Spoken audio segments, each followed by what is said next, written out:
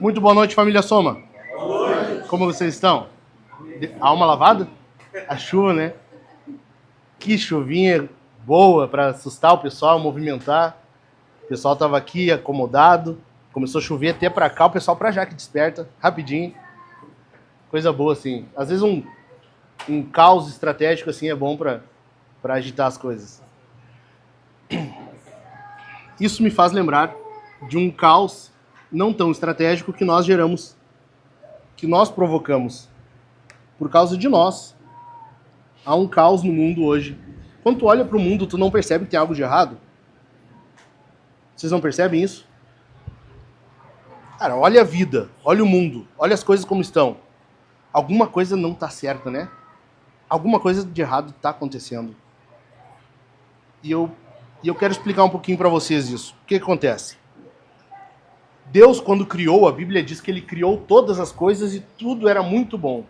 Tudo era bom. No final da criação, Deus olha e a criação, a Bíblia diz, Deus olhou e viu que tudo era muito bom. Muito bom ali quer dizer que tudo tinha um propósito. Nada foi feito ao acaso. Nada foi feito sem um porquê e para quê. Então, tudo tinha um propósito, tudo tinha um lugar exato. Deus viu a criação e ela era muito boa. Tudo era muito bom. A ideia do texto é mais ou menos assim. Deus criou tudo, o universo, todas as coisas, os animais, os mares, as estrelas, o homem. E é como se, quando o texto diz, e Deus olhou e viu que tudo era muito bom, é como se ele se afastasse, desse um passo para trás e admirasse a sua criação. Sabe quando tu faz uma coisa muito boa assim e tu fica olhando, cara, dessa vez eu acertei. Sabe? Tipo isso. Deus olhou assim e ele viu que tudo era muito bom. A ideia é mais ou menos essa. Como um pintor que acabou uma obra e ele se afasta para observar sua obra. Entendeu? A ideia é mais ou menos essa. Tudo era muito bom. O que aconteceu? Aí vem Gênesis capítulo 3. Talvez o capítulo mais trágico da Bíblia toda. A serpente vai até a mulher, fala com a mulher, sim. Nós cremos no animal falante. Ela conversa com a mulher dá ouvidos, o homem se deixa levar por isso, ele é omisso, é um cagão, e deixa a coisa acontecer. Tanto que para Timóteo, Paulo vai dizer que a mulher foi enganada, o homem não. O homem sabia exatamente o que estava acontecendo ali. O homem sabia exatamente o que estava acontecendo, o que tinha que fazer, e ele não fez. Por causa disso, entrou o pecado no mundo. Então este é o grande mal do mundo, pecado. Não há doença, não há tragédia, não há circunstância pior do que isso, pecado. Nada pode ser pior do que esse grande mal da humanidade chamado pecado. É por causa do pecado que aconteceu tudo isso. Primeira coisa, o homem perde o acesso a Deus. Por causa disso, o homem é expulso do jardim. O jardim era um grande templo. Era lá que havia aquela comunhão do homem com Deus, onde ele se encontrava com Deus. Era no jardim que o homem conversava com Deus. Havia uma comunhão entre mundo físico e mundo espiritual que nós desconhecemos hoje. De que nós não conseguimos imaginar. Isso vai voltar a acontecer. Lá em Apocalipse nós vemos a cidade santa descendo em direção à terra. Ou seja, o que é isso? É, de novo, o mundo espiritual se unindo ao mundo físico. Vai acontecer, mas ainda não aconteceu. Por causa disso, nós vivemos afastados de Deus. O homem é expulso do jardim, ele vai para o exílio, ele vive em inimizade contra Deus, ele está distante do Senhor, e nós vimos semana passada, e cada vez que ele tenta arrumar a situação, ele acaba piorando. Lembram que nós falamos isso semana passada? Cada vez que ele tenta corrigir, ele piora. Acontece o quê? Deus vem até o homem. O nosso Deus, o Senhor Deus, Deus Trino, vem até nós. Que coisa linda isso. Que coisa linda isso. Deus vem até o homem. Ele vem até nós, mas ele não vem até nós como Deus, simplesmente. Ele vem até nós como um de nós. Ele nasceu como um bebezinho, ele cresceu como uma criança, um adolescente, um jovem, se tornou um adulto, como qualquer um de nós. Tanto que Hebreus vai dizer que ele foi tentado em todas as coisas, assim como nós. A diferença é que ele não pecou. Mas o importante aqui é isso, grava isso. Deus vem até nós como um de nós. O que é isso, em outras palavras? Deus é um ser missional. E essa é a característica que eu quero falar para nós hoje da nossa igreja. Nós estamos numa série de mensagens, você sabe. O que é a Soma? O que é essa igreja que a gente está plantando aqui? Essa igreja é uma garagem? Ou como a minha filha fala, a bebê, a igreja é galagem. O que é essa igreja aqui numa garagem? Onde já se viu? Que coisa de louco. Só nós, né? Só nós. E essa série de mensagens é para isso, é para mostrar quem nós somos, no que nós cremos, como nós cremos. Nós já vimos no primeiro sermão que nós somos uma igreja cristã. Nós cremos em Cristo. Em segundo lugar, nós somos uma igreja evangélica, ou seja, nós defendemos os princípios da Reforma Protestante. Nós defendemos os 5 solas. Em terceiro lugar, hoje, eu quero que você entenda que nós somos uma igreja missional. Vamos ver o que é isso? Nós somos missionais.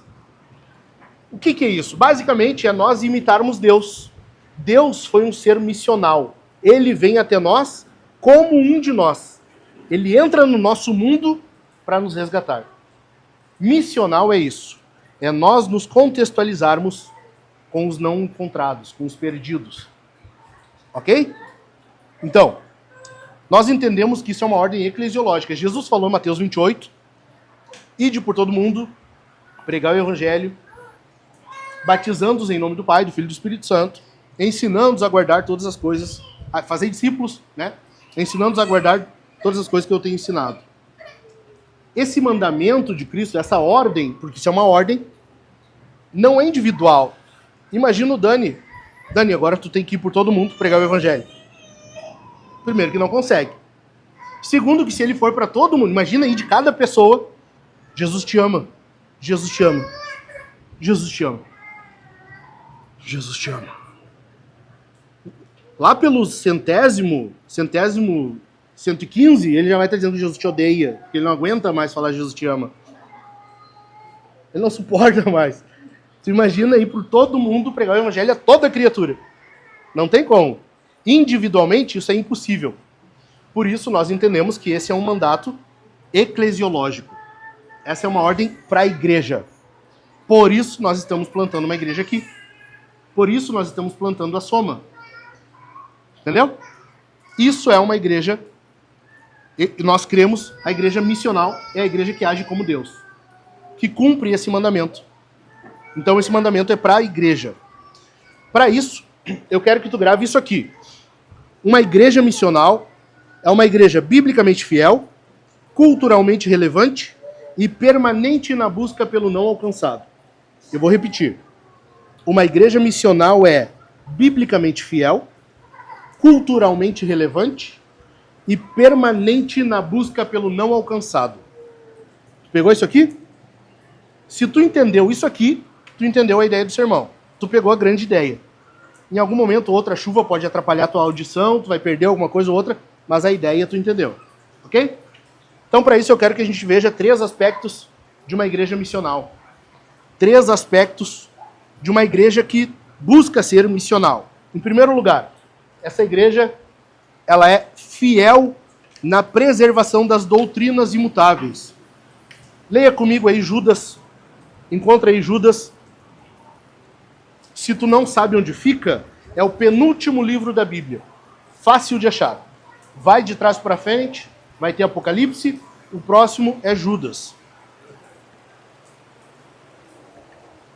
Se alguém não tem Bíblia, vai estar projetado ali, mas fica com ela aberta aí para acompanhar com a gente. Judas, verso 3. Como verso? É que Judas só tem um capítulo, tá? Judas só tem um capítulo, então acha aí o versículo 3. Judas 3. Diz assim: Amados, Quando eu me empenhava para escrever-lhes a respeito da salvação que temos em comum, senti que era necessário corresponder-me com vocês para exortá-los a lutar pela fé que uma vez por todas foi entregue aos santos. O que acontece aqui? O que Judas está falando? Judas aqui é o irmão de Jesus, tá? Só para dar um carteiraço, né? Quem é Judas? Judas é irmão de Jesus, só isso. O que Judas está falando? Que ele quer escrever sobre a salvação. Ele quer falar sobre isso. Mas ele achou necessário algo mais urgente. Tem algo que é um pouco mais prioritário aqui. Que é o quê? A defesa da fé.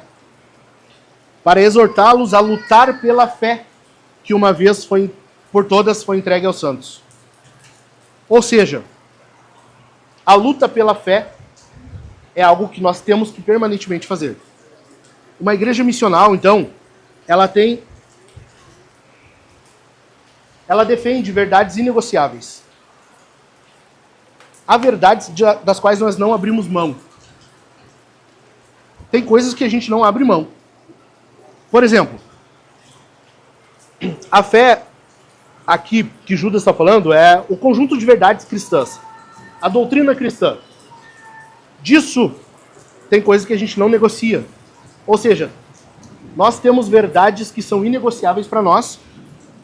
Por exemplo, Deus é o centro da nossa fé.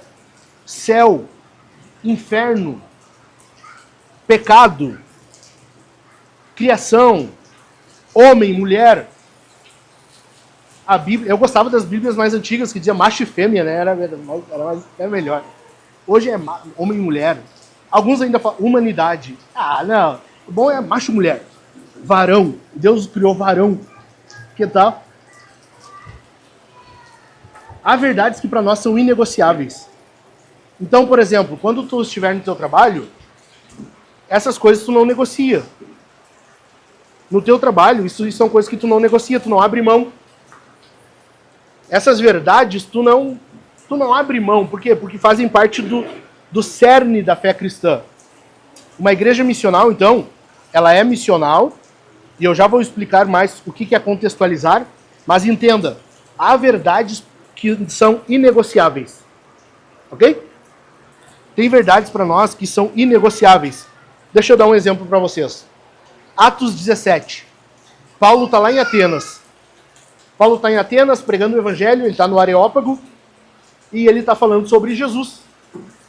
E o que acontece? Em dado momento, e os atenienses estão atentos ouvindo ele. Estão atentos, querendo saber o que Paulo está falando. Mas em dado momento, Paulo diz assim, e ele ressuscitou. Cara, isso para o grego era um escândalo. Para o grego, para a mente grega, para a filosofia grega, isso era impensável. Por quê? Porque a matéria para o grego era algo de menor valor. Para o grego, quando o homem se liberta do corpo, ele ascende, ele passa de nível. Ele foi para a prateleira de cima, entendeu? Ou seja, Jesus, quando morre, ele passou para um plano superior. Ele foi além. Quando ele ressuscita, para o grego, para a mente grega, é como se Jesus tivesse descido de nível. Entendeu? Quando ele voltou ao corpo, para a mente grega, isso é, cara, então piorou, regrediu. Entendeu? É por isso que os gregos deixam de ouvir ele. Ah, sobre isso falaremos outra hora. Sobre isso nós te ouviremos outra hora. Porque para eles isso é impensável, eles não queriam. Entende? O que acontece? Paulo, ele contextualizou a mensagem, porque ele inicia falando do Deus desconhecido. Lembram? Mas chega um momento em que ele não abre mão de uma verdade central da fé cristã, a ressurreição. Ele não abre mão disso. Mesmo que para isso ele perca alguns ouvintes. Entendeu? Então, tem verdades, as verdades bíblicas para nós são inegociáveis. Por isso que nós defendemos as verdades inegociáveis do Evangelho. Cara, deixa eu falar para ti. É muito fácil nós falarmos de defender verdades do Evangelho, mas a gente acaba duvidando disso, na verdade. Eu falei no início aqui, né? Nós cremos no animal falante. Será que é fácil falar hoje, para a cultura de hoje? Nós cremos no animal falante. Nós cremos que a serpente conversou com Eva. Nós cremos que a jumenta de Balaão falou. Nós cremos que uma virgem engravidou. Essas coisas são meio difíceis de falar hoje, né? Elas são difíceis de engolir para a cultura de hoje. Mas são verdades centrais da fé cristã. E ainda assim, hoje tem pessoas duvidando. E eu não digo pessoas não cristãs. Cristãos, crentes, que duvidam de, será que foi bem assim? Será que é desse jeito? Só que a pessoa mesma que duvida disso, ela não duvida de si. Ela não desconfia de si em nenhum momento. Toma uma decisão errada e pensa, será que eu fiz está certo? Ela não pensa assim. A pessoa não desconfia de si. A pessoa em nenhum momento ela põe em xeque a si mesma. De novo, eu já bati várias vezes aqui e eu vou bater de novo. O humanismo faz isso. Ele coloca o homem no centro. E tu se torna o padrão para tudo. Tu é o padrão para as tuas decisões. Tu tem que ser satisfeito. Tu precisa estar no controle de tudo. É ou não é? Então, nós precisamos entender que isso aqui é uma verdade. Isso aqui é uma verdade e nós não abrimos mão disso. Isso não contém a palavra de Deus. Entenda. Isso não contém a palavra de Deus. Isso é a palavra de Deus. Amém? Isso aqui é a palavra de Deus. Além disso, já que eu falei disso, uma igreja fiel na preservação das doutrinas imutáveis, ela ama as Escrituras. Eu disse, né? Isso aqui é a palavra de Deus. Se é de fato a palavra de Deus, cara, tu tem que amar isso aqui. Tu tem que amar esse livrinho aqui. É impossível que Deus tenha falado e a gente não valorize isso. É impossível que Deus tenha falado conosco. E se fosse um filme, por que o filme, a Liga da Justiça, aquele de 4 horas lá, o do Snyder, tu para olhar tranquilamente, é bom, já assisti mais de uma vez. A Bíblia, tu senta para ler um capítulo, tu já começa a se coçar e já tem que fazer tal coisa, e já mexe no telefone, e já, puxa vida, eu tenho que lavar o carro, eu tenho que fazer almoço, A valorização que nós damos para isso aqui, será que é a mesma que a gente dá para as nossas maiores prioridades? Será que quando a gente pega esse livro na mão, nós estamos de fato considerando palavra de Deus? Tu ama as Escrituras? Quando tu pega isso aqui, tu lembra que é Deus falando contigo? Deixa eu te perguntar mais. Quando tu pega esse livro na mão, tu considera isso palavra de Deus? Tu procura ter mais de um? Cara, tu tem que lembrar que no Brasil nós temos uma das maiores liberdades cristãs do mundo. Liberdade religiosa, perdão. Uma das maiores liberdades religiosas do mundo. Nós somos privilegiados. Não é à toa que nós temos aí inúmeras traduções bíblicas. Quantas traduções tu tem na tua casa? Ah, mas essa aqui é difícil de entender esse versículo. Tá, pega outra, compara, leia. Quantas traduções tu tem na tua casa? Se isso é de fato palavra de Deus, tu tem que pelo menos se esforçar para ter uma de cada, para ter inúmeras. Eu não quero me aparecer aqui, mas ontem, enquanto eu estava escrevendo isso aqui, eu fui contar na minha sala, só na minha sala. Na minha sala, que eu digo escritório. Eu não contei na sala de casa, quarto, não contei em nenhum outro lugar da casa. Só no meu escritório. Eu tenho 39 Bíblias. Eu posso dizer que eu amo isso aqui, cara. Não pela quantidade, mas porque eu quero cada vez ter mais. Eu quero.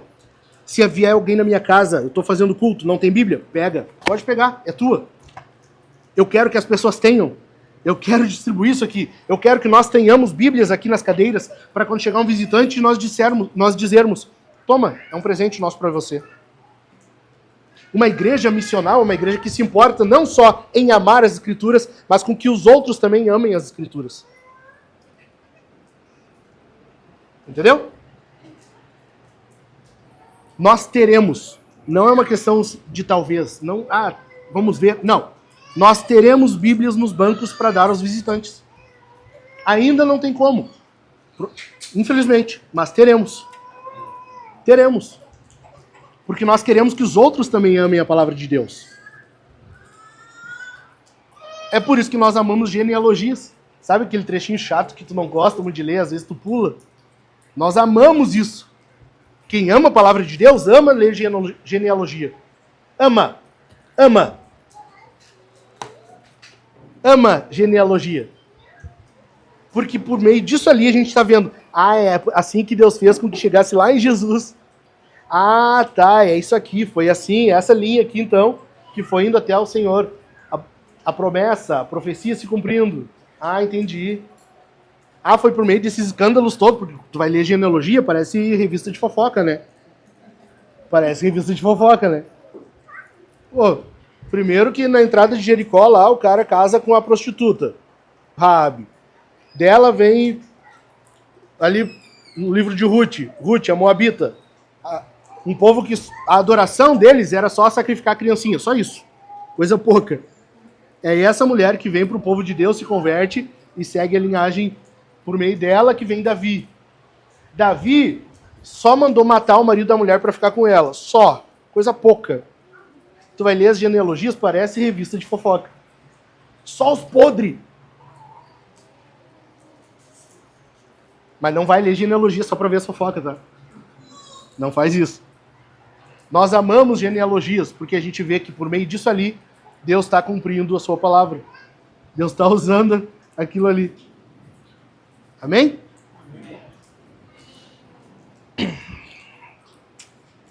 Pergunto para você.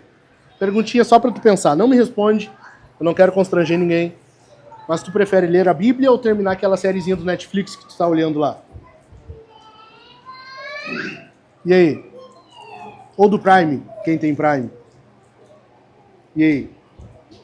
É melhor ler a Bíblia ou terminar aquela série que vai sair da plataforma, tu sabe? Tem 2 semanas. Nós temos que dar um ligeirão agora, então. A Bíblia? A gente lê depois. E aí? Entendeu? Nós amamos as Escrituras. Terceiro, ainda no primeiro ponto, uma igreja fiel na preservação das doutrinas, ela chama ao arrependimento. Ela chama. Igrejas missionais se importam, se esforçam por serem bíblicas, por serem fiéis à mensagem do Evangelho. Por causa disso, elas precisam chamar todos ao arrependimento. Todos. Inclusive crentes. Não é só o não cristão, não é só quem não confia no Senhor. É mesmo os crentes. Aqueles que estão dando ouvidos a outros evangelhos. Sabe? Mensagens de prosperidade, confissão positiva, coach, teologia coach. Hoje, cara, a pior coisa que criaram e tem gente que ouve isso. Teologia coach, eu nunca vi. Eu sou coach desmotivacional, tá? Não esperem nada mais do que isso de mim. De mim você só vai ouvir, tá ruim? Vai piorar. Só isso.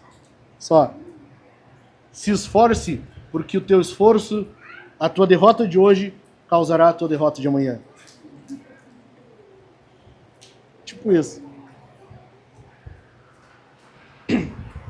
Nós chamamos todos ao arrependimento. Inclusive, pessoas que estão ouvindo péssimos evangelhos. Outros evangelhos. Ok? Então, todos precisam se arrepender. De novo, nós vimos isso semana passada. Nós vimos, todos precisam. Todos. Não há ninguém sobre a terra hoje que possa dizer, estou bem, não preciso de salvação, está tudo tranquilo. Todos precisam, todos pecaram, a Bíblia fala, não há um justo sequer, não há ninguém que agrade a Deus. Todos precisam de salvação. Em segundo lugar, uma igreja missional, ela é fiel ao contexto cultural em constante mudança. Lê comigo aí, 1 Coríntios. Está em Judas, né? Volta mais agora, primeira carta de Paulo aos Coríntios.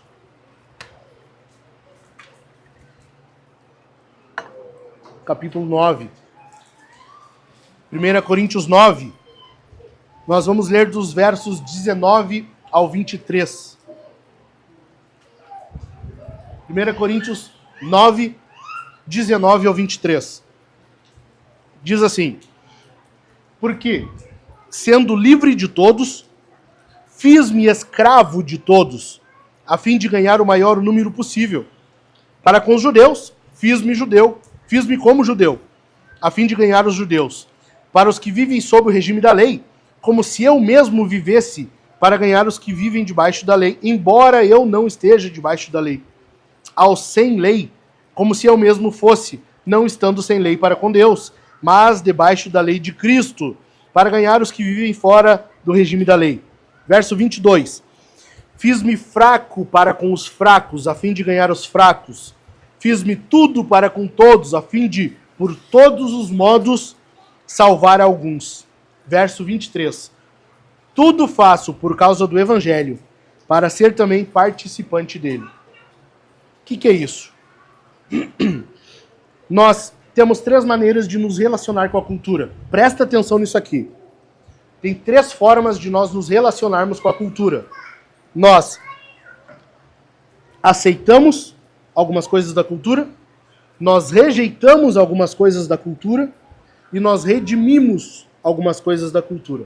De novo, aceitamos, rejeitamos ou redimimos. Certo?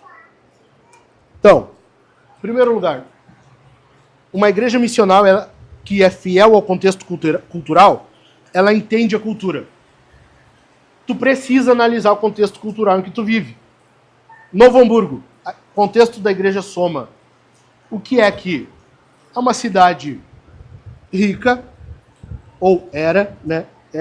Tem muito boleto em Novo Hamburgo hoje, mas que passou o seu auge, décadas de 80 e 90. O auge de Novo Hamburgo foi ali as décadas de 80 e 90, riquíssima, tá? Por causa daquilo, ainda tem muita gente hoje usufruindo daquilo. Uma cidade que foi colonizada por alemães. Só aí tu já entende que é uma cidade um pouquinho orgulhosa. É ou não é? Tô certo ou tô errado? Né? Uma cidade bem orgulhosa. Nós temos um contexto aqui hoje de pessoas vindo de fora, pessoas que, chegando aqui, têm liberdade para morar na praça, morar na rua, fazer o que quer. Vai no centro, tu vai ver que é o que está acontecendo hoje. Eu não estou exagerando em nada. Esse é o contexto hoje da nossa cidade. Além disso, nós temos hoje o pecado na cidade proliferando. Por quê? Porque, infelizmente, das igrejas que temos, que não são muitas, no primeiro culto que tivemos aqui eu expliquei, nós precisamos de mais igrejas. Se 10% da cidade hoje vier a Cristo, não tem lugar para todo mundo. Nós precisamos de mais igrejas.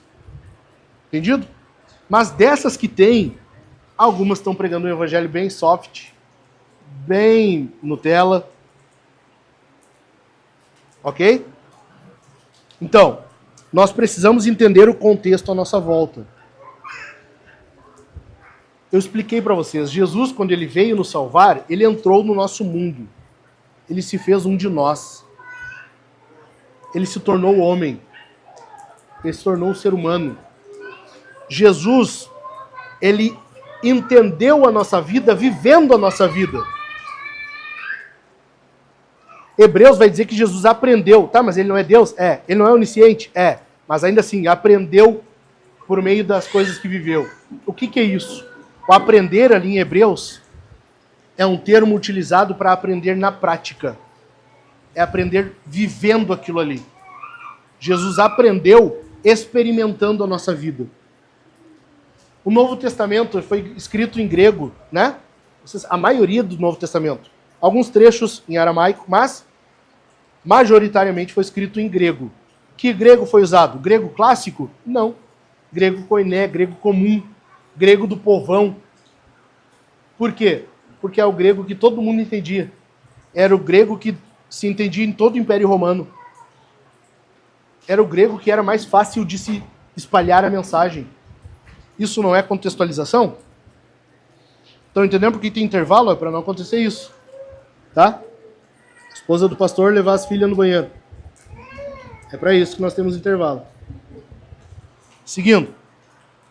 Entendeu? Os evangelhos. Cara, Mateus escreveu para um público. Marcos escreveu para outro público. Lucas para um outro público. E João para um outro público. Por quê? Isso é contextualização. Senão os 4 evangelhos seriam inteiramente iguais.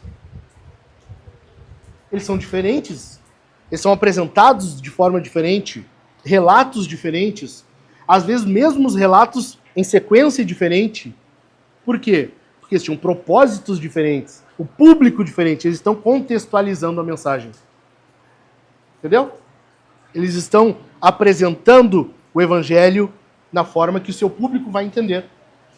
É isso que tu deve fazer hoje.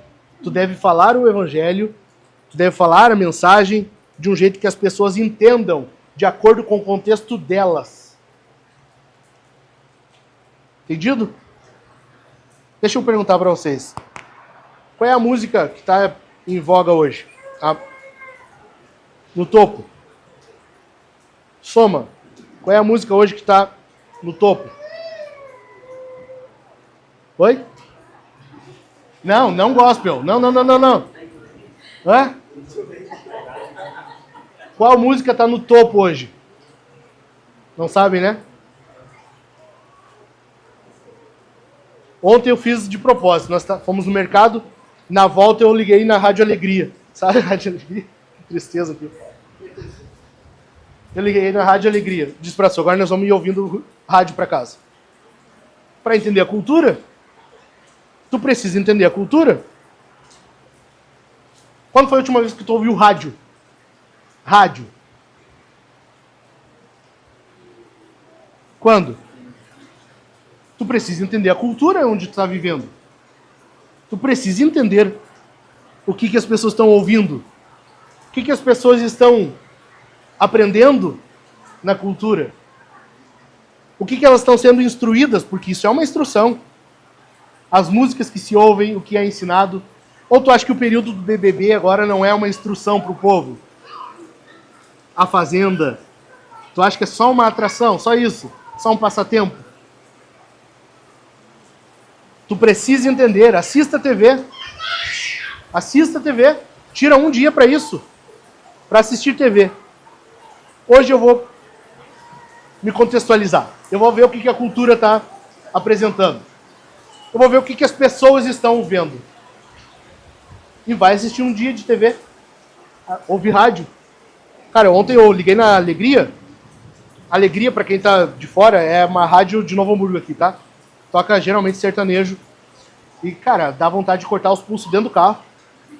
Na hora. Cortar os pulsos e dizer, meu amor, me perdoa. Eu não devia ter ligado nisso aqui. Eu não podia ter feito isso contigo. Aço quase chorando dentro do carro. É muita traição. É muita dor no coração. É muita tristeza. Não dá.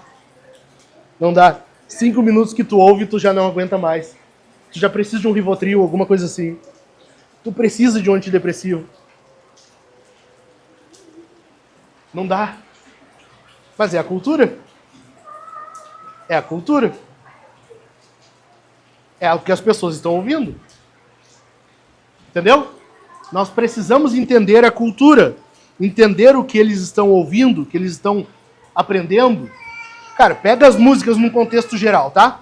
O que é hoje o assunto das músicas, não é? Sexo, traição, separação, não é? Dor no coração porque foi traído ou traída.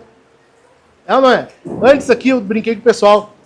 Antes de começar o culto, nós estávamos conversando, dando risada ali, eu falei da música 50 reais. Vocês não lembram dessa música? Lembram? A música começa, bonito, hein? Cara, a música começa assim. E eu imagino até a mulher com a mão na cintura batendo pé, né? Bonito, hein? É a cultura. Por quê? Uma mulher que foi traída, depois teve a resposta para essa música, né? Não, eu sei que tu não sabia. Eu contextualizei, tá? Então, é a cultura, cara. Hoje o cerne da cultura é sexo, traição, divórcio. Por quê? Porque o sexo virou um ídolo na nossa nação. É um Deus. É um Deus que está sendo adorado e para esse Deus se presta culto. Neste culto se oferece sacrifício. O quê? Tu oferece família, tu oferece relacionamentos, tu oferece qualquer coisa para esse Deus. Eu estou mentindo? Nesse altar se apresenta o mais variado tipo de adoração. E as músicas hoje são um exemplo disso. É o louvor dado a esse Deus. Entendeu? Tu precisa entender isso para ser uma igreja missional e poder se comunicar com os de fora. Ouça rádio, assista TV. Só, por favor, não vai dizer para mim depois que tu está assistindo pornografia para contextualizar com o pessoal que assiste e poder conversar. Não. Não é para tanto. Tá? Você vai ser disciplinado. Nós vamos se desacertar aqui. Não vai dar certo. Entenda, nós somos uma igreja que quer receber os não alcançados, mas nós não somos sensíveis ao que busca. Sabe aquela igreja que negocia tudo? Não, nós temos que nos moldar à pessoa que está chegando. Cara, nós precisamos sim receber bem. A pessoa que vem a nós, ela tem que se sentir confortável. É obrigação nossa. Mas nós não negociamos o que é essencial para nós. Nós contextualizamos. E esse é o segundo ponto. Contextualizar a mensagem. Passei sem querer. Hoje eu posso culpar a Paloma, mas não vou. A culpa foi minha, tá? Sou muito piedoso. Foi tu? Dessa vez foi ela. E me deixou assumir a culpa. Tu vê? Quando eu assumo a culpa... Adiante. Sem distração, por favor. Tá, Paloma? Nós contextualizamos a mensagem. O que é isso? Eu expliquei. Deus contextualizou a si mesmo. Deus veio a nós não como ser supremo, como um ser humano. Ele contextualizou a si mesmo. Cara, eu falei das traduções da Bíblia antes, lembra? Nós temos inúmeras traduções. O que é isso? É contextualização. Nós cantamos aqui antes um louvor, a mensagem da cruz. Nós estamos cantando de uma forma contextualizada. Há décadas atrás não era assim que se cantava. Era com uma orquestra, instrumentos de sopro, as bandas, né? O Kennedy trocava instrumentos de sopro também, né? Na banda lá, eu estou ligado. Por quê? Porque nós contextualizamos. Louvores antigos, mas cantados atualmente. Por quê? Porque nós queremos que a pessoa que vem até nós, ela entenda isso. Ela entenda o que está sendo cantado. Ela entenda o que está sendo falado. Entendeu? Isso é contextualizar a mensagem. Hinos que foram traduzidos são uma contextualização. Louvores antigos traduzidos para a nossa língua é uma contextualização. Cara, eu venho de uma igreja em que as pessoas diziam assim, nós temos que cantar do jeito que sempre foi cantado. Sabe? Chegava e franzia a cara para falar isso. Temos que cantar do jeito que sempre foi cantado. Temos que ser fiel. Tá, mas fiel no português, né? Daí é uma tradução, daí vale. A contextualização vale se for até ali. Dali para lá não pode mais. Entendeu? A contextualização vale até mim. Eu aceito tradução, foi traduzido, contextualizado até mim. Mas de mim para frente já não vale mais aí. Como que é isso? Quem determina isso? Estão entendendo o que eu estou falando? A mensagem precisa ser contextualizada. Nós contextualizamos sempre que dá. Por quê? Porque nem tudo nós vamos contextualizar. Tem coisas que não tem como. Pecado é pecado. Não interessa onde estiver, pecado é pecado. Entendeu? Então, nós queremos que o não cristão entenda o que nós estamos falando. É por isso que nós não usamos termos, por exemplo, varão. Bem-vindo, varão. Sabe? Concupiscência. Eu não vou falar sobre as concupiscências do povo. Ninguém vai entender. Estão entendendo? Nós temos que adaptar o que está sendo falado para que seja compreensível a quem está nos ouvindo. Isso é contextualizar a mensagem. Isso é contextualizar. Nós contextualizamos tudo que dá. Por causa disso, é que na soma nós não teremos nunca, grava isso aqui, nós não teremos nunca culto da família. Ai, que pastor radical. Que coisa chata isso. Por quê? E aqueles que não têm família?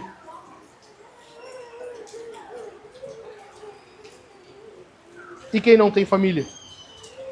E a mulher que foi abandonada? E o jovem solteiro que nunca vai casar, que vai viver no celibato? Estão entendendo? E aí? Nós não temos e nunca teremos culto da família, porque nós queremos que todos sejam incluídos. Entendeu? Nós vamos contextualizar, nós vamos receber bem e nós vamos abraçar. Nós não vamos deixar pessoas de fora. Nós não teremos culto nichado. Culto é do diferente. Por que culto é do diferente? A igreja é o corpo de Cristo. Mais alto. A igreja é o corpo de Cristo. Corpo é formado só por mão? Não. Vários membros, não é? Diferentes. Assim é o culto. Culto ao Senhor tem que ter o diferente. Culto a Jesus não é formado só por culto de homens. Por isso que nós não temos nas quartas culto de homens. É reunião de homens. Nós falamos sobre a Bíblia, nós conversamos, nós comemos, mas não é culto. Não há culto de mulheres. Não há culto de jovens. O culto é formado pelo diferente. Entendeu? Tem que ser. É jovem com idoso, com criança, com velho, com magro, com gordo, com homem, com mulher, com solteiro, com casado, com viúva. É o diferente. Vários membros que formam um corpo. É por isso que na soma nós nunca falamos... Atenção, irmãs, prestem atenção. É por isso que nós nunca falaremos na soma, ai, vai ficar para titia.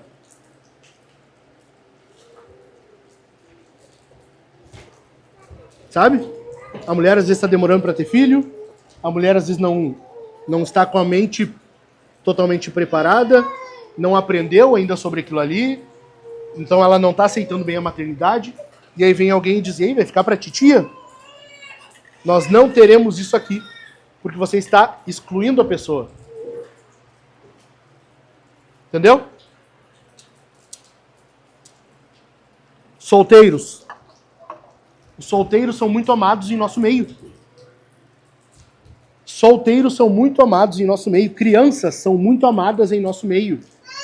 Todos serão muito bem amados, recebidos, abraçados. Porque terá momentos em nosso meio que chegará aquela pessoa que não tem família, o órfão, a viúva, a pessoa jovem, o moço ou moça que vai viver no celibato, vai viver celibatário, e eles serão bem recebidos. Entendido? Nós temos que aceitar, nós temos que receber, nós temos que contextualizar. Então, em terceiro lugar, por causa disso, somente a palavra ofende. Não quer dizer que nada ofende a pessoa. Nada. Nós vamos cuidar para que nada ofenda. Nada, nada. Não. A palavra ofende. A palavra ofende. Ela olha para ti, ela aponta o dedo e ela diz, tu é um pecador.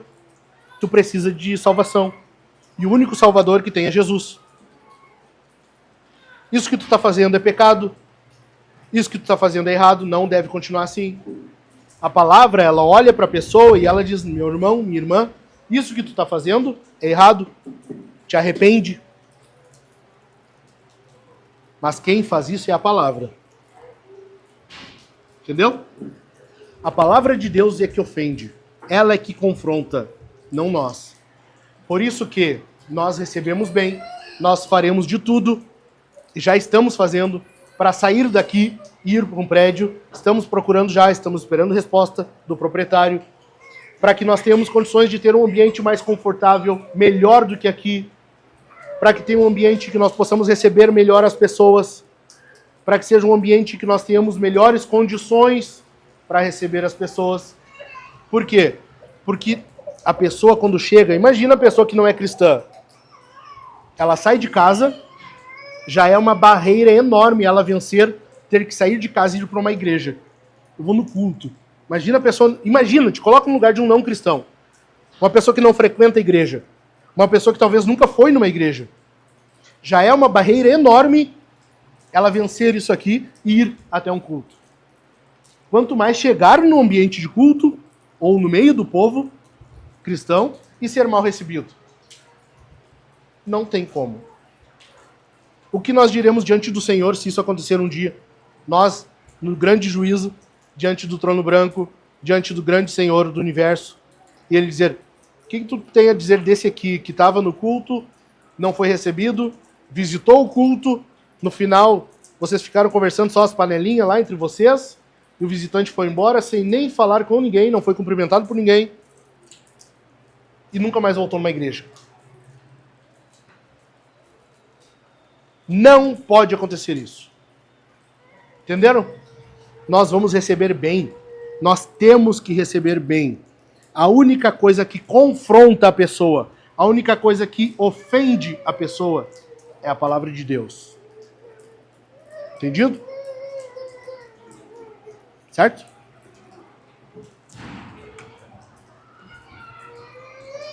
Espero que esteja tudo bem. É a Alice. Geralmente ela não chora, né? Então tá bom. Adiante. Em terceiro lugar. Uma igreja missional é uma igreja que vive a dinâmica da missão. Lê comigo aí, Romanos. Está em 1 Coríntios, volta um livro, tu estará em Romanos.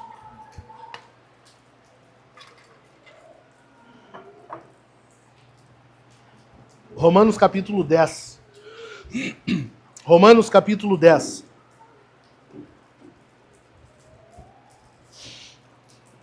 Texto bem conhecido. Batido já. Ok? Vamos lá? Como, porém, invocarão aquele em quem não creram? E como crerão naquele de quem nada ouviram? E como ouvirão se não há quem pregue? E como pregarão se não forem enviados? Como está escrito, quão formosos são os pés dos que anunciam coisas boas. Então, em terceiro lugar, uma igreja missional é uma igreja que vive a dinâmica da missão. Para isso, ela treina missionários. Entenda, nós nunca teremos, grava isso aqui, nós nunca teremos um departamento de missões aqui na igreja. Não tem e nunca terá. Por quê? Porque cada membro é um missionário. Cada membro é um missionário. Nós estamos lendo um livro de plantação de igreja, já segundo, na verdade, né? Não, terceiro. E os três falam isso, né? Não há um departamento para isso. Todo membro é um missionário. Todo membro é um missionário. Você está inserido num contexto. O primeiro passo já deu. Tu tem um contexto. Agora tu tem que fazer missão nesse contexto. Eu não sei qual é o teu contexto. Se tu trabalha de eletricista, se tu trabalha numa empresa de hardware, de software, não sei. Ou se tu trabalha em casa, não sei.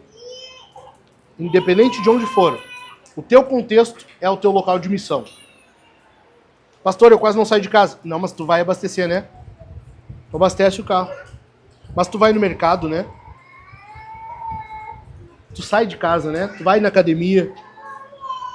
Tu não vive 24 horas, 7 dias por semana dentro de casa, né? Esse é o teu contexto. É ali que tu faz missão.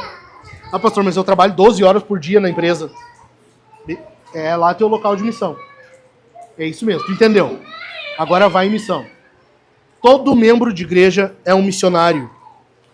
Todo discípulo de Cristo deve testemunhar do reino de Deus na terra. Falar de Jesus. Todos. A igreja deve mudar o seu enfoque de métodos, de programas, e colocar o seu enfoque em pessoas, relacionamentos. É assim que nós conquistamos hoje as pessoas. Deixa eu explicar. Eu já expliquei rapidinho para o pessoal no GC. Nós vivemos numa era chamada pós-moderna. Alguns dizem que nós já estamos saindo dela. Mas enfim, pós-modernismo. O que é o pós-modernismo? É uma era que vem pós-modernismo. Eu achei que ia ser engraçado, perdão. Continuando.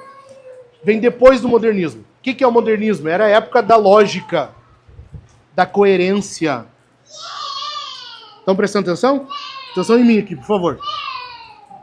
Modernismo. Tudo tinha que fazer sentido. Lógica, coerência, argumento. Década de 80, cara, era tudo assim. Tu vai ler livros, tu vai ver, era tudo no argumento. Vem o pós-modernismo. Alguns vão dizer que foi na década de 90, outros vão dizer que foi na virada para 2000. Independente. O que aconteceu?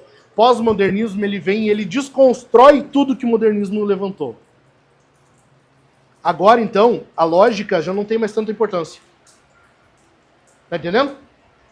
As coisas que fazem sentido, coerência, já não importa mais tanto. O que importa? Importa aquilo que cativa a tua afeição. Importa aquilo que faz teu coração bater mais forte. Deixa eu dar um exemplo. Quantos aqui já viram a pessoa que assina um abaixo-assinado para defender os ovos de tartaruga, mas ela se nega a assinar um que é contra o aborto? Vocês já viram? A maioria aqui já viu. Nem todos levantaram a mão, mas quase todos fizeram assim. Por quê? Não são duas vidas? Sim ou não? Sim. Duas vidas. Por que a pessoa não vê problema nisso? Porque ela não está se importando com a lógica, com a coerência, e sim com a afeição. Entendeu? O que acontece? Então hoje não tem mais, não é que não tem mais como. Mas a principal forma de ganhar pessoas a Cristo não é mais tu chegando nela, entregando um folhetinho e dizer: Jesus te ama, tu precisa te converter. Não é a principal forma mais. Foi esse tempo.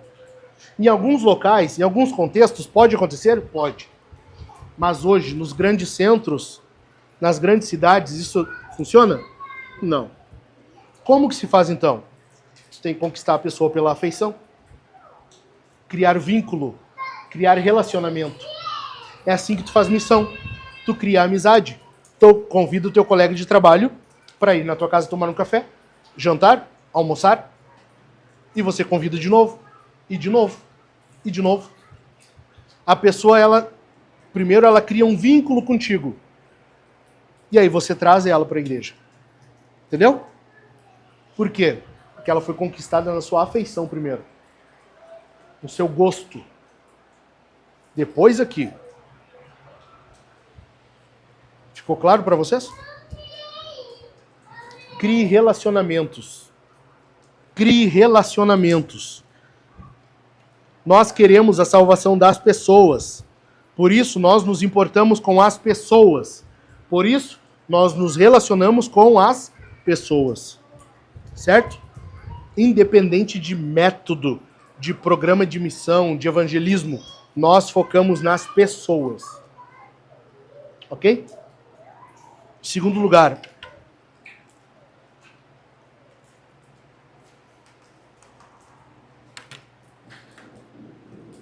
Falamos, estou só cuidando. Segundo lugar, nós queremos o poder do Espírito Santo. Uma igreja missional, ela quer o poder do Espírito Santo. Tu não entendeu? Uma igreja missional quer o poder do Espírito Santo. Não, mas espera aí. Continuando. Nós queremos avançar. Nós queremos ser cheios de poder do alto. Nós queremos que a obra de Cristo avance. Nós queremos que o evangelho se propague. Nós queremos que a igreja cresça. Para isso, somente com o poder do Espírito Santo. Somente assim. Não há igreja que cresça sem o Espírito Santo agindo nela. Não há. Igreja bíblica, fiel, igreja que ama Jesus, não avança sem o poder do Espírito Santo. Nós precisamos de poder do alto. É por isso que Jesus garante: as portas do inferno não prevalecerão contra a igreja. Nós temos que ter poder do alto, poder do Espírito Santo na nossa vida. Amém? Nós amamos Jesus. Nós queremos que o nome dele seja reconhecido, conhecido, reconhecido, adorado por todos. É por isso que nós nos empenhamos em buscar o Espírito Santo, porque ele testifica de Cristo. Entendeu? É por isso. Nós queremos, por quê? Porque é tudo sobre Jesus. Nós estamos plantando uma igreja aqui por causa de Jesus. Jesus veio em missão. E agora nós estamos assumindo, abraçando a missão dele e indo também em missão. Nesse livro que nós estamos lendo, de plantação, o Stetzer fala: Deus tem uma missão e nós estamos indo em missão com ele. Nós vamos em missão com Cristo. Para isso nós precisamos do Espírito Santo. Porque a nossa bandeira é o nome de Jesus. A bandeira que nós fincamos em Novo Hamburgo é Jesus. É o nome de Jesus. Nós estamos aqui por causa de Jesus. Nós vivemos por este nome. Nós pregamos este nome. É tudo sobre Jesus. Não há outra forma de nós fazermos missão de forma fiel, sem ser anunciando Jesus sob o poder do Espírito Santo. Isso quer dizer que tu tem que te empenhar, buscar do Espírito. E aqui vai ter... Crente é um bicho triste, né? Crente não tem um minuto de paz. Vai ter a linha mais reformada, sabe? Os reformados, presbiteriano, povo geladinho. Eles vão dizer que o ser cheio do Espírito Santo é tu viver uma vida correta, pagar tuas contas em dia, tu colaborar com tua esposa lavando a louça, é a vida cotidiana correta. E eles não estão errados. Efésios, Paulo vai dizer isso. Sejam cheios do Espírito Santo, e aí ele vai dizer: mulheres, vocês têm que agir desse jeito. Homens, vocês têm que agir desse jeito. Filhos, ajam desse jeito. Eles não estão errados. Mas não é só isso. Já os pentecostais, eles vão dizer que ser cheio do Espírito Santo é falar mistérios, falar em novas línguas, mistérios de Deus, e por aí vai. Sabe? Aqueles mistérios e aviãozinho, roda... É o pessoal do foguinho, né? E os geladinhos do foguinho. E a gente? A gente é os do meio. A gente concorda com os dois. Porque Lucas vai dizer que os discípulos anunciavam, lá em Atos, Lucas diz que os discípulos anunciavam cheios do poder do Espírito Santo. O anúncio do Evangelho se dá por meio do Espírito Santo, por meio do enchimento do Espírito Santo. Lucas, quando vai falar de Jesus, diz que Jesus realizava sinais, maravilhas, milagres, cheio do poder do Espírito Santo. Então, sim, o Espírito Santo também é para as coisas extraordinárias. Sim, eles também estão certos. Só que não é só isso. É os dois. Nós queremos nos dois ter uma vida correta com um pouco de foguinho. Amém? Para isso é que nós buscamos o nome de Cristo sendo adorado, anunciado para que seja adorado. Nós estamos abertos ao sobrenatural de Deus. Nós cremos nisso. Semana que vem nós vamos falar sobre dons, sobre nós sermos continuistas. Mas é um papo para outro café, ou para outro culto. O que eu quero dizer? Que há um mundo espiritual. Nós temos um inimigo. Há alguém que nos odeia. E há alguém que odeia a igreja. E esse alguém fará de tudo para que a igreja não avance. Nós estamos numa plantação, não é? Quando que é mais fácil tu matar uma árvore grande, crescida, ou quando ela está pequenininha, crescendo? Pequenininha. Assim é uma plantação de igreja. Nós somos uma plantinha recém-brotando. O diabo vai vir com tudo para cima de nós. O diabo vai vir com tudo para cima de nós. O diabo vai fazer de tudo para nos derrotar agora, no início. Entendeu? Enquanto nós somos pequeninhos, enquanto nós somos iniciantes, uma plantinha recém-brotando. O diabo vai vir com tudo. Vocês viram nas semanas ali, na semana que antecedeu a plantação, na primeira semana da plantação, vocês viram como é que foi? Vocês viram como foi? O diabo não quer isso aqui. E ele não vai cruzar os braços enquanto ele não fizer de tudo para destruir isso aqui. Por isso que nós precisamos do Espírito Santo. Amém? Além disso, uma igreja missional é uma igreja contracultural. A verdadeira rebelião hoje é um homem e uma mulher que vivem para Jesus, casam, têm filhos. A vida hoje, a vida revolucionária, a verdadeira rebelião hoje é um homem e uma mulher que se casam sem ter transado antes, que casam, têm filhos, vivem ensinando os filhos a amarem Jesus de forma simples. Essa é a verdadeira revolução hoje. Isso é ser um revolucionário hoje. Porque viver de acordo com a cultura, hoje tu quer viver só mais um? Cara, é só tu sair e aprontar o que quiser. É o que mais tem no mundo hoje. Tu quer ser alguém normal, só mais um? Sai, vive e apronta, faz o que tu quer, o que dá no teu coração, o que dá na telha. Tu vai ser só mais um. Quer ser um revolucionário, de fato, quer fazer diferente, fazer a diferença, seja simples. Um homem, uma mulher que amam Jesus e vivem de acordo com a palavra dele. Simples assim. É a coisa mais simples. Só que isso é uma revolução hoje. Vai no teu trabalho e diz assim: o meu sonho é casar e ter filhos. Faz esse experimento. Só faz o teste. O meu sonho é viver com a minha esposa ou viver com meu marido e nós temos muitos filhos. Só faz esse teste e vê a reação dos teus colegas. Só faz um teste. Vai na tua rua, conversa com os teus vizinhos. Vou fazer um chimarrão para os meus vizinhos hoje. Durante o chimarrão, tu fala: sabe qual é o meu sonho? Meu sonho é eu viver com meu marido, sempre com a mesma pessoa até a minha morte, e enquanto a gente não morrer, encher a terra de filho. Eu quero ter 5, 6, 8 filhos. E só espera a reação das pessoas. Tu é louco. Onde já se viu? Hoje não tem como. Faz esse teste. A verdadeira revolução hoje é essa. É uma simplicidade de acordo com a palavra de Deus. Cara, quer ser um revolucionário?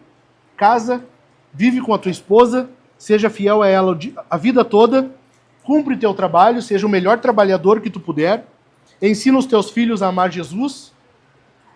Tá feita a revolução. Tá feita a revolução. É isso. Por quê? Porque a cultura hoje odeia o que o evangelho defende. A cultura odeia crianças. Presta atenção nisso aqui. A cultura odeia crianças. Crianças e idosos hoje são um fardo. Por isso que há um grande número, e cada vez mais, de lares para idosos, asilos. Por isso que há cada vez mais uma militância em prol do aborto. Porque a cultura hoje vê criança e idoso como um fardo desnecessário. Entendeu? Faz esse teste. Vai no teu trabalho, vai nos teus colegas e diz: meu sonho é ter muitos filhos, mas eu quero ter muito filho. Só faz o teste. Então, hoje na cultura o que nós vemos?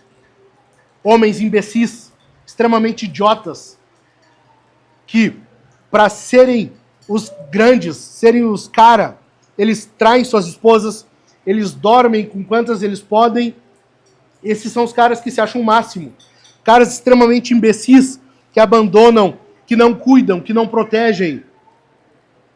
Enquanto no reino de Deus, nós somos ensinados a serem homens que valorizam suas famílias, que vivem pelos seus filhos, amam Jesus, pregam o evangelho e vão assim até a morte. Entendeu? Hoje na cultura, as mulheres são o quê? são tolas, fúteis, ensinadas a valorizar mais uma bolsa de marca do que uma maternidade, ensinadas a valorizar mais um sapato de salto alto do que a vida comum do lar. As mulheres hoje estão sendo moldadas, ensinadas à futilidade. Enquanto isso, elas são ensinadas de que submissão é uma coisa ridícula, que era no tempo passado, não é mais para a nossa época. Não são mais submissas, mas se submetem aos piores chefes do mundo. Elas não se submetem aos maridos, mas se submetem às piores situações que o mundo pode proporcionar. Mulheres tolas que são ensinadas a não querer a vida do lar. E muitas vezes são ensinadas dentro de casa. Porque a mãe às vezes está dizendo: filha minha não vai se submeter a homem. Filha minha não vai depender de macho. E em casa às vezes já tem esse ensino. Filha minha não vai se submeter a isso. Enquanto na igreja os caras estão sendo ensinados, ó, te rala, meu. Vai, gasta a tua vida por essa mulher. Trabalha, luta, ganha dinheiro, sustenta, te esforça, protege. Não é fácil submeter alguém assim hoje? Não é muito mais fácil submeter alguém assim? Quem é que não quer se submeter a alguém que é ensinado a dar a vida pela sua esposa como Cristo deu a sua vida pela igreja? E homens, vocês são ensinados a não dar a vida para a cultura. As coxas de uma mulher não são mais importantes do que as da tua esposa. Pare de olhar para as das outras mulheres. A bunda das outras mulheres não te interessa. Tu casou, tu tem uma bunda agora contigo dentro de casa. É a única que importa para ti.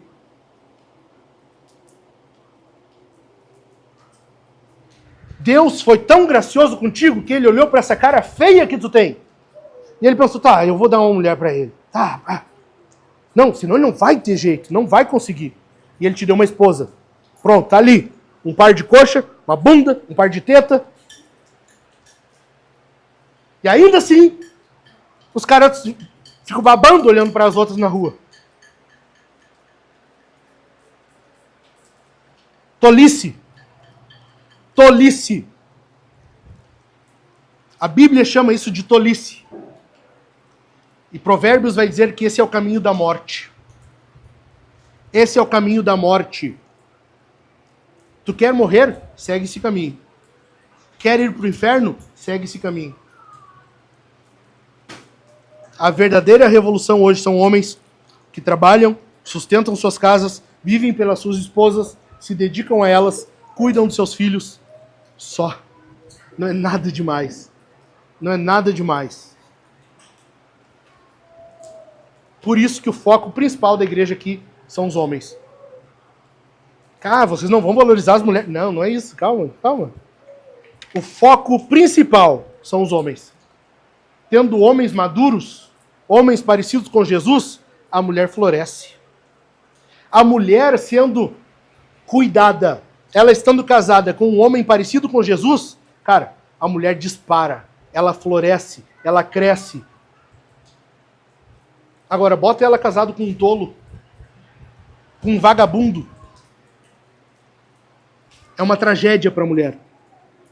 Por isso, o nosso foco aqui são os homens. Homens que amem Jesus e sejam parecidos com Ele. Isso. Com isso, as mulheres crescem. Elas se sentem cuidadas, amadas, protegidas. Deu. Segredo para a felicidade. Eu não sou tão coach da depressão assim, não. Arrasta para cima e me encontra do outro lado. Terceiro lugar. Quarto lugar, melhor. Uma igreja missional é uma igreja que avança. Nós avançamos. Por quê? O Gabinho. Imagina o Gabinho, com esse tamanho todo aqui. Grande que é um corpo saudável. Ele estando saudável, ele cresce ou não? Sim ou não? Uma planta saudável, cresce ou não? Assim, a igreja. A igreja, quando ela é saudável, ela cresce. Ela vai crescer. A igreja, quando saudável, ela cresce. Entendeu? É inevitável. É inevitável. Por isso que Paulo diz, eu plantei, Apolo regou, mas quem deu o crescimento foi Deus. Deus dá o crescimento. Ele faz crescer. Por isso que famílias saudáveis crescem. Famílias formadas por pessoas saudáveis, pessoas com uma mentalidade saudável, uma cosmovisão saudável, cresce. Não é à toa que de 16 membros, nós temos... Ou seja, 16 membros são 8 mulheres. 5 grávidas. Enfim, quase isso, alguma coisa assim. 4 grávidas. 50% das nossas irmãs estão grávidas. E vai vir mais ainda. Vai ter umas que vai ser gêmeos ainda.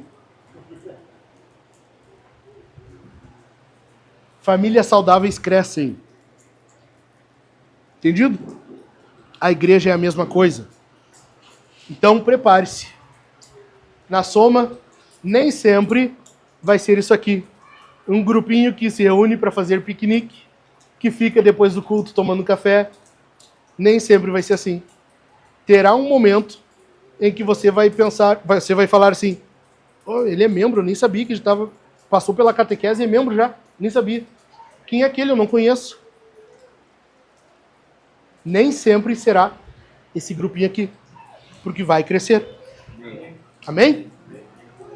Crescendo, nós investiremos em outras plantações.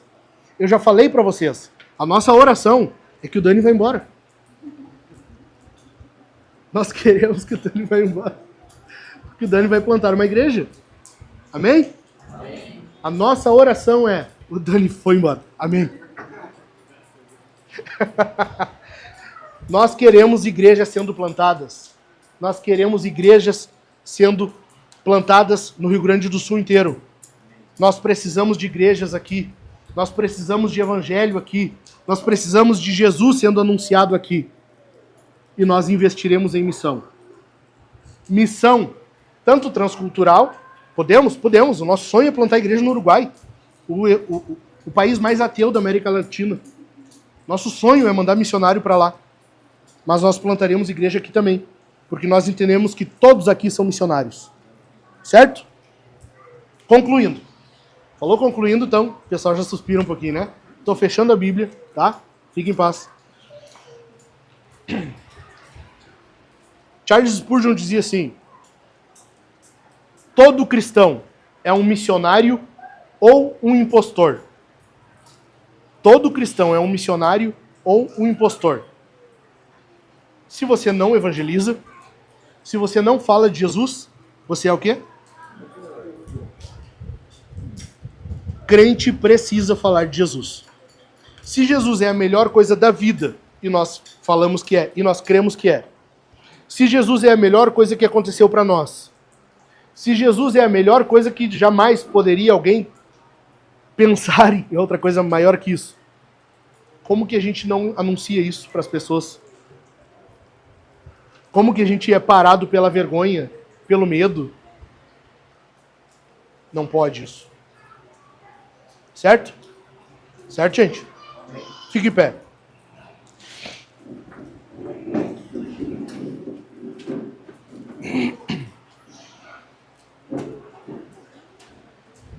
Se todo cristão é um missionário, e Jesus disse que nós temos que fazer isso, quando nós não fazemos missão, quando nós não evangelizamos, nós estamos pecando. Presta atenção nisso aqui. Se fazer missão é uma ordem, e quando não se faz, está se pecando, quando nós não evangelizamos, nós estamos em pecado. A boa notícia, Jesus é um missionário por excelência. Jesus veio em missão. Jesus fez missão em nós, entre nós. Jesus nos conquistou. E agora Ele nos envia em missão. Amém? Amém? Você precisa anunciar o Evangelho.